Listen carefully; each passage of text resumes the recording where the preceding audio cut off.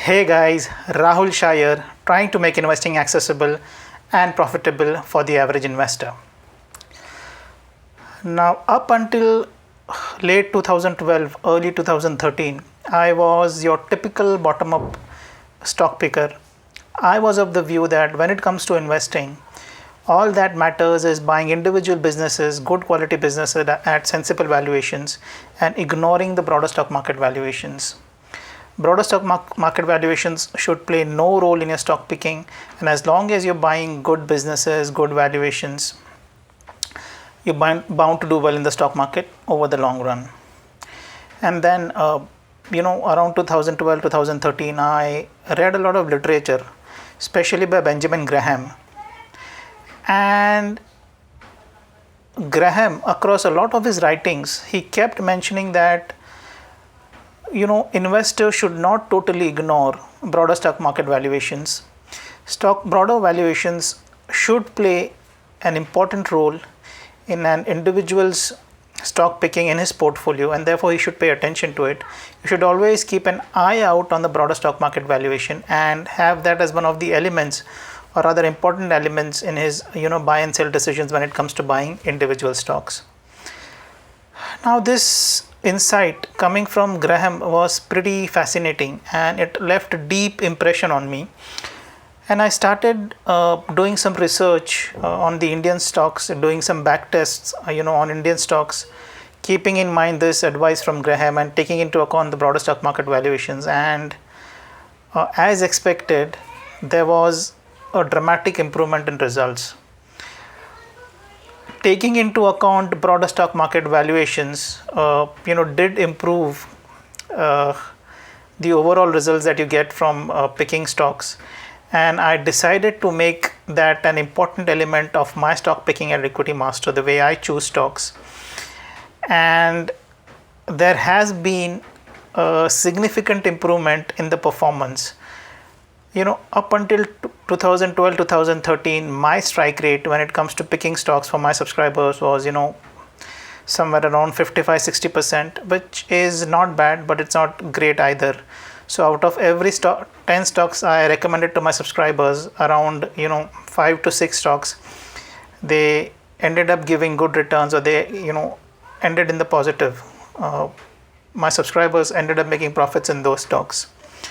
After I implemented the Graham strategy, after I also started taking into account the broader stock market valuations while picking stocks, 2002 2014 onwards, my strike rate improved to between 75 and 80%. Yeah, that's right. Over a 7-year period, in Microcap Millionaires, one of the services that I run for Equitymaster, since 2014, I have closed maybe more than 50 positions, and out of those 50 positions, anywhere between 35 to 40 positions have been closed in the positive, which means a strike rate of between 70 to 80%, around 75% if I'm not mistaken. Another service that I started a little over 2 years back, there also the track record has been pretty impressive. I have closed around 24 positions, 18 of which have ended up giving profits, which means a strike rate again of 75%. So, Graham's advice definitely works. I have experienced it, it's not just some cool theory, but in practice also it works quite well. And therefore, I would urge you to, at least start looking at it seriously, if not implement it in your strategy right away. Now, what exactly is this strategy and how does it work? Yeah, let's try and find out. So what you have on your screens right now is a chart. It might look a little complicated, but it's not that complicated. I'll show you that. Over the last couple of decades, there have been 5,000 trading days in the Indian stock market, and what you're seeing on the screen right now is the price to earnings multiple on each of these days for the Sensex. So, as the title of the chart suggests, Sensex has traded below 22.4 trailing 12-month price to earnings multiple almost 80% of the time over the last 20 years. So since January 2001, 80% of the time Sensex has traded at a price to earnings multiple of below 22.4 times, and only about 22% of the time it has traded at a price to earnings multiple of more than 22.4 times. Now what this means is that whenever the Sensex trades at a price to earnings multiple of 22 23 times, more than 22 23 times, it may be a good idea to reduce exposure to stocks, and whenever it has traded below 22.4 times, it may be a good idea to have a big exposure to stocks. Now why is this the case? This is the case because over the last couple of decades, the average price to earnings multiple for the Sensex has been around 20 times.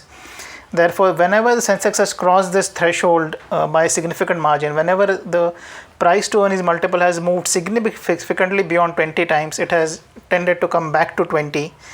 And whenever it has gone significantly below 20 times, again it has tended to come back to 20. So a good thumb rule for you would be to realize that whenever the Sensex trades at a price to earnings multiple of say more than 22 23 times or even 25 times, it may be a good idea to reduce exposure to stocks, because Sensex has traded at these higher multiples only 15 to 20% of the time, whereas it has traded below 22.4 multiples almost 80% of the time. Now recall all the good years of the stock market over the last 6-7 years. I think 2014 was good year for the stock market. 2017 was good year for small and mid caps. 2020 March onwards was very good year for the stock market, the last 1 year. And for all of these years, the Sensex price to earnings multiple was below 22 23 times, and for all of these years I had taken maximum exposure to stocks, and I had recommended my subscribers to be at least 60-70% in stocks and only 30-40% in bonds, and they have earned good returns because of this advice. 2018-19 was very bad year for mid and small caps, where we saw huge corrections in mid and small caps.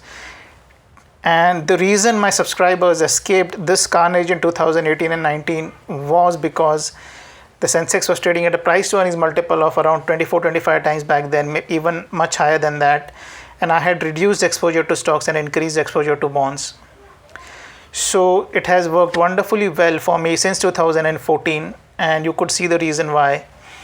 Because what happens is, when the Sensex is cheap, a lot of stocks do well, they end up doing well, and therefore when you take a big exposure to stocks when the Sensex is cheap, your portfolio will end up doing well, because almost 80 to 90% of the stocks end up doing well when the markets are attractive.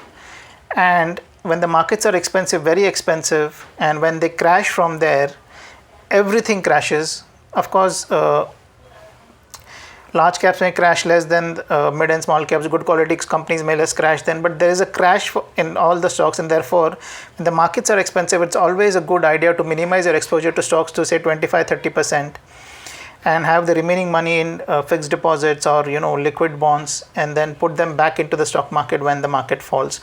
This is exactly what I did last year. Up until March 2020, I was 70% in cash and liquid bonds and only 30% in stocks. And when the market crashed because of the coronavirus pandemic and the price to earnings multiple fell to very attractive levels, fell significantly below 22.4 times, that was when I increased exposure to stocks and recommended a handful of stocks, most of which have ended up giving good returns for my subscribers. So this is a very good idea. Minimize exposure to stocks when the price to earnings multiple is more than 23-24 times, and maximize exposure to stocks when the multiple falls significantly below 22-23 times. This is another reason why it pays to invest in the Indian stock market or have maximum exposure to stocks when the PE is low, and have minimum exposure to stocks when the PE is on the higher side. whenever the PE has been below 16 times or below 20 times, the returns from the stock market over a 3-year period has been pretty good.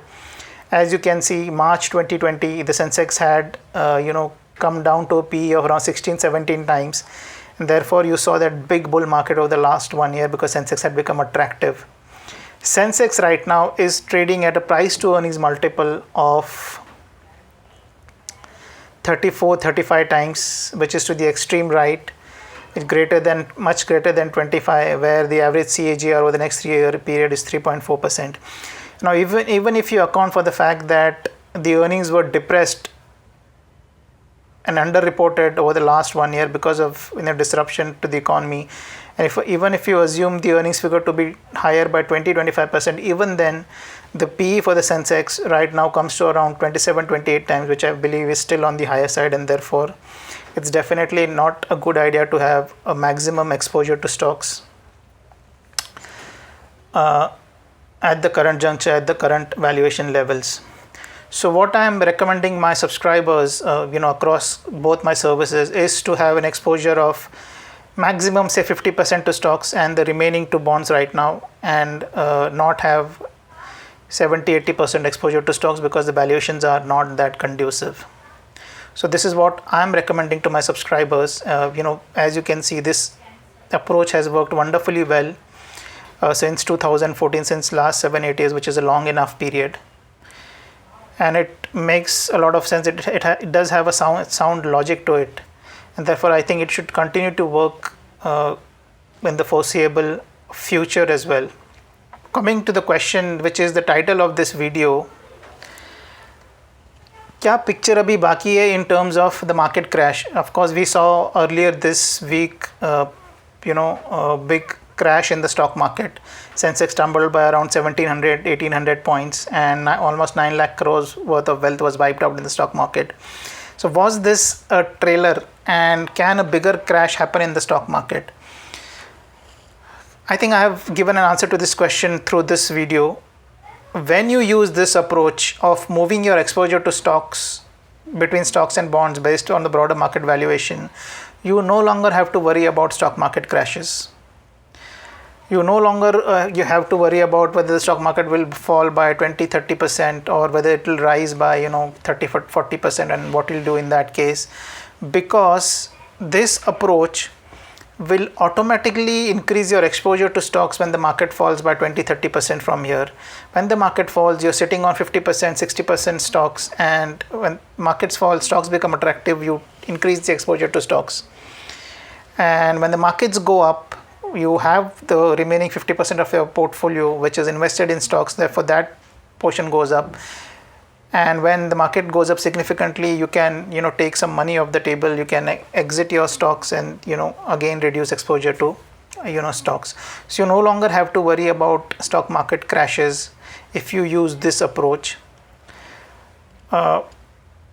Benjamin Graham said a very interesting thing when he gave a speech back in 1960s. He said that in my 50 years in the stock market, what I have realized that I have started worrying less and less about what the stock market is going to do, and worry more about what an individual investor needs to do. So you need to worry more about what you need to do, and what you need to do is, of course, have the allocation between stocks and bonds in such a way that when the markets are cheap, you increase your allocation to stocks, and when the markets are expensive, you increase your allocation to bonds. And as I have seen, it has worked, as I've just told you, it has worked wonderfully well for me over the last 6-7 years. It has improved my strike rate tremendously, and I think it will do the same for you. So stop worrying about stock market crashes. Have this plan handy, keep this plan ready, and whatever the stock market throws at you, you'll be able to deal with it. If the market crashes, you have the money from stocks to move into bonds, and if the market goes up, move the money if the market crashes, you move from money from bond to stocks, and the market goes up, you move from stock to bonds. And that approach, I think, will do wonders for you over the long term. So that's all from me today. Please keep sharing your comments, your likes, and help us grow the Equitymaster family of subscribers. I'll see you again next time. Thank you so much.